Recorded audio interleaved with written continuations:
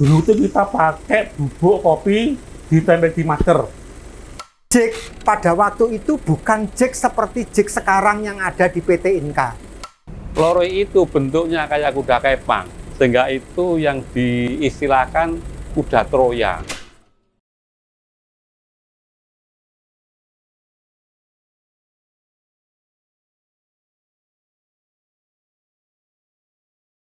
Sibelo Kuda Troya. Mungkin bagi sebagian orang tidak menyangka bahwa nama ini merupakan nama sebuah kereta. Ya, inilah cikal bakal kereta penumpang produksi dalam negeri. Kereta ini pula yang menandai lahirnya PT Inka Persero tahun 1981. Pada tahun 1979, atas arahan Menteri Riset dan Teknologi atau Menristek sekaligus Kepala Badan Pengkajian dan Penerapan Teknologi atau BPPT, Bapak Profesor Dr. B.J. Habibie, Indonesia harus substitusi impor dan alih teknologi kereta dengan mempunyai industri kereta sendiri. Sehingga, kereta ini dibuat untuk membuktikan bahwa karyawan ex-Balayasa Lokomotif Madiun siap menerima alih teknologi. Produksi Sibelo ini tidak mengenal proses manufaktur kereta seperti saat ini. Kereta dibuat dengan proses mengalir apa adanya dan berdasarkan contoh gambar kereta sebelumnya yang kebanyakan buatan Belanda. Intinya, dengan keterbatasan dan semangat gotong royong, para karyawan ex-Balayasa Lokomotif saat itu, lahirlah kereta Sibelo Kuda Troya ini sebagai prototipe. Lalu, seperti apa sejarah pembuatannya? Mari kita tanyakan kepada karyawan Purna yang terlibat pada waktu itu. Ya, sebelumnya saya adalah pegawai Balayasa PT PCKA yang saat itu Balayasa ini dipersiapkan untuk menjadi pabrik kereta api. Oleh karena itu kami sangat belum mengenal sistem bikinan pabrik, sehingga pembikinan komponen apapun yang kami bikin, kami gambar dulu, kami lihat referensi dari gambar-gambar luar negeri, dari Belanda ataupun dari Eropa yang lain, ada dari Amerika, kan gambar-gambar itu kemudian kami turun dan kami detailkan untuk menjadi gambar seperti contohnya mekanisme pengereman. Nah, ini yang cikal bakal untuk kereta api itu garis besarnya adalah di pengereman. Jadi kalau biar aman, tentu remnya harus baik. Oleh karena itu kami saat itu mencari referensi gambar kereta penumpang dari Belanda. Kami masih ingat keretanya namanya CL ya. C itu kereta kelas 3, L-nya itu adalah menggunakan rem hampa. Dan standarnya adalah 20 meter panjangnya. Oleh karena itu kami mencari gambar bodi dari kereta penumpang yang istilahnya dulu itu kodenya CL, kereta penumpang kelas 3 dan menggunakan rem hampa udara. Ini adalah cikal bakal pembikinan kereta Sibelo Kuda Troya. Proses perakitan atau pembikinan gerbong memang kami itu sangat alami karena tidak mengenal flowchart, tidak mengenal proses seperti di pabrik dan sebagainya. Namun karena dari feeling dari teman-teman semua, otomatis barang mengalir sendiri sesuai dengan urutan pekerjaannya. Itulah yang namanya flowchart. Untuk kami saat itu sudah tidak ada mengenal harus dari mana dulu dan sebagainya. Jadi melihat kondisi teknologi saat itu, memang sebetulnya kami menggunakan alat-alat semuanya seadanya. Seperti alat untuk membengkok sebuah profil besi, kami harus bikin dongkrak yang besar. Kami untuk membuat plat dinding yang harus dipelengkungkan maupun dibengkokkan dan sebagainya, kami juga membuat suatu profil, kemudian kami menggunakan dongkrak, kemudian bisa untuk membuat lantai corrugated. Nah, dari pengalaman-pengalaman yang ada itu, akhirnya kami juga bisa membuat yang namanya truk. Truk itu bogi dari Sibelo Kuda Troya. Kami nurun persis dari produk Nippon Saryo, kemudian kami gambar, kami sesuai dari gambar desainnya, kami contoh dan sebagainya.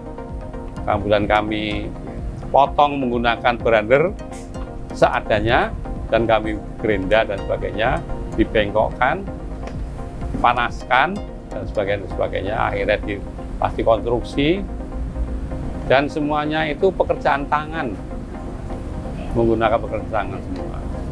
Sampai akhirnya bisa tercipta sebuah gerbong penumpang berwujud kereta kelas 3 yang dinamakan Sibelo Kuda Troya.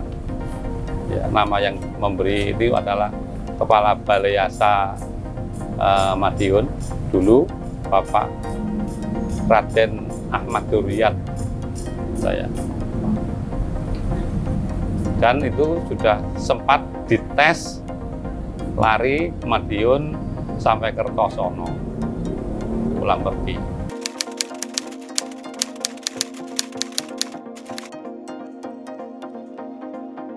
Nama Sibelo Kuda Troya saat itu memang beliau Pak Duryat itu termasuk juga teknokrat yang andal juga. Mereka mengambil nama adalah Sibelo Kuda Troya. Sebetulnya itu di dalam kami memindahkan barang-barang yang besar-besar itu, kami selalu menggunakan lori. Lori itu bentuknya kayak kuda kepang, sehingga itu yang disebut atau diistilahkan kuda Troya. Lori untuk memindahkan barang yang sudah jadi dari los 1 ke los 2, ditarik ke tambangan, masuk ke los, lah itu lori itu yang seperti kuda Troya.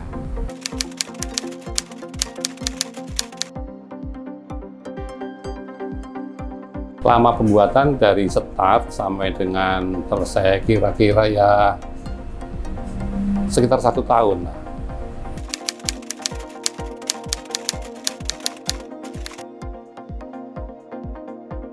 Bahannya pun biasa apa saja yang didapat terus diperbaiki, contohnya di pandean, termasuk kopler, terus pegas ikut ya mas, pegas ikut, terus itu cantolan anu apa tuh? Rantai. Ya semuanya tuh anu semua sisa-sisa semua.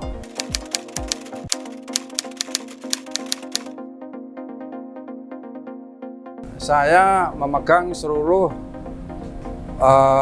proses daripada pemotongan material yang akan dipakai untuk Sibelo ini. Nah, pemotongan ini dilaksanakan di bagian fabrikasi, yaitu waktu yang lalu itu di PPL, ya, itu dengan menggunakan alat gas cutting otomatis, kemudian ada mesin gunting, gapsir, kemudian ada mesin potong biasa pakai brander. Kemudian untuk proses-proses tersebut kita ada yang menggunakan jig ya, atau yang sekarang itu namanya vector. Jig pada waktu itu bukan jig seperti jig sekarang yang ada di PT Inka. Karena apa? pada waktu itu belum mengenal jig. Yang namanya jig itu apa itu belum mengenal, seadanya. Jadi jig itu karena Baleasa punyanya pipa, ya pada waktu itu belum punya profil apapun saja, hanya pipa. Pipa memang banyak sekali, gudang pipa. Nah, pipa itu dirangkai untuk pembuatan landasan rangka dasar. Pada waktu itu las belum ada las semi otomatis, lasnya manual. Jadi semua rangka dasar dilas dengan las manual. Lah, yang bisa mengelas itu tertentu orangnya. Tidak semua orang bisa ngelas seperti sekarang ini. Jadi yang bisa ngelas orangnya tertentu. Setelah las-lan jadi, digerenda. Setelah digerenda dibalik, dilas ulang baliknya. Gitu.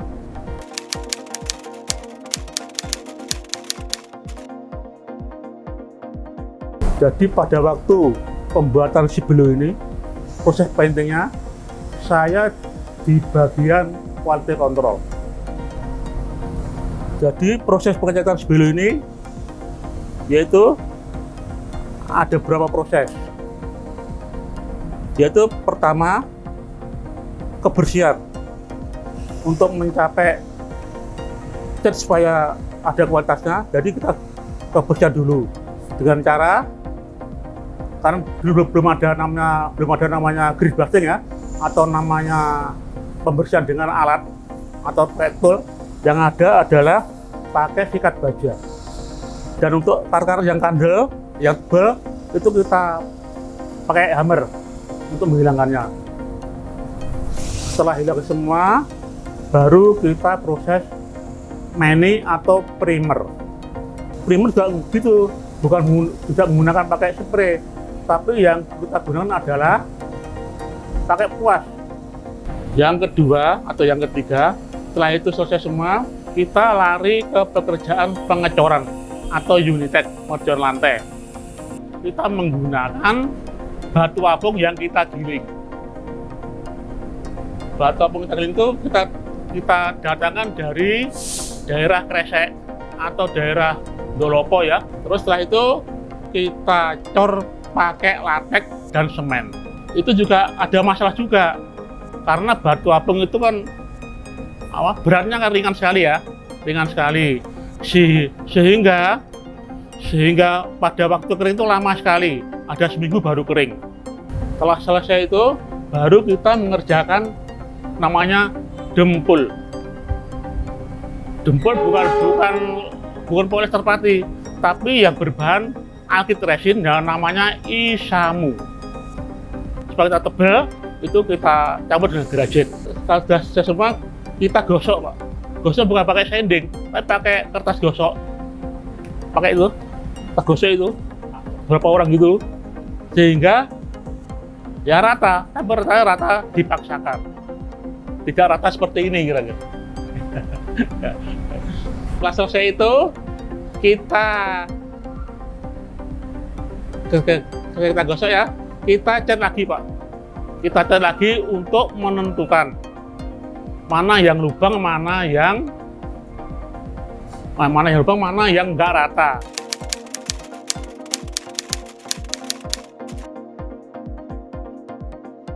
Jadi untuk pekerjaan interior dulu itu, untuk pengerjaan modul-modulnya itu kita ukur satu persatu. Satu persatu seperti ini ya. Ini berapa tuh? Jadi nggak sama, mungkin dulu nggak sama ya. Ini dan itu nggak sama kira-kira. Jadi kita ukur satu persatu. Setelah itu, setelah selesai, kita proses mani. Setelah proses mani selesai, terus kita proses pakai pengecatan akhir seperti warna ini. Jadi untuk menghilangkan bau-bau cat atau bahan-bahan kimia yang lainnya, dulu itu kita pakai bubuk kopi ditempel di masker supaya hilang baunya.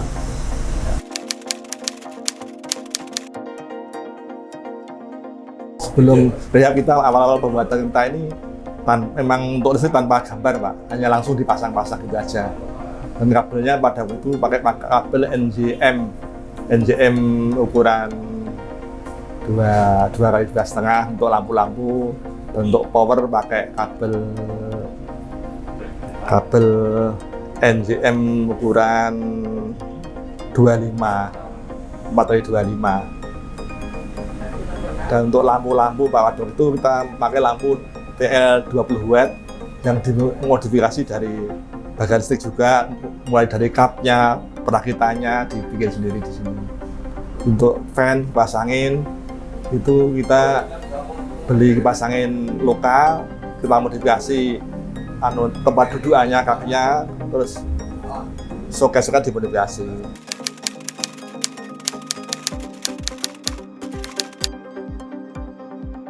Waktu itu memang supaya kereta itu jadi, waktu pengujiannya memang belum ada kise. Waktu itu masih inspekta namanya. Tapi untuk supaya meyakinkan kereta itu bisa jadi, seleb ceknya harus kita perkuat. Jadi kereta harus bisa jalan dan layak untuk berjalan. Untuk kelaikan jalan sebelum tes dinamik itu dilakukan tes statik. Tes statik khususnya tes brake itu menggunakan manometer yang ada. Waktu itu manometer dari standar Balai-Yasa, tapi tidak mengurangi standar-standar tes brake yang ada pada waktu itu. Jadi standarnya tetap kita laksanakan sesuai aturan. Untuk tes ketinggian kopler juga standar, jadi tidak boleh melebihi standar. Standarnya yang paling utama yaitu dari atas rel tinggi kopler 775 plus minus 10. Untuk tes dinamik itu untuk kelaikan bogi atau bearing itu juga menggunakan manual pakai tangan. Jadi waktu itu selama tangan masih bisa memegang itu panasnya tidak boleh melebihi dari apa yang dilaksanakan.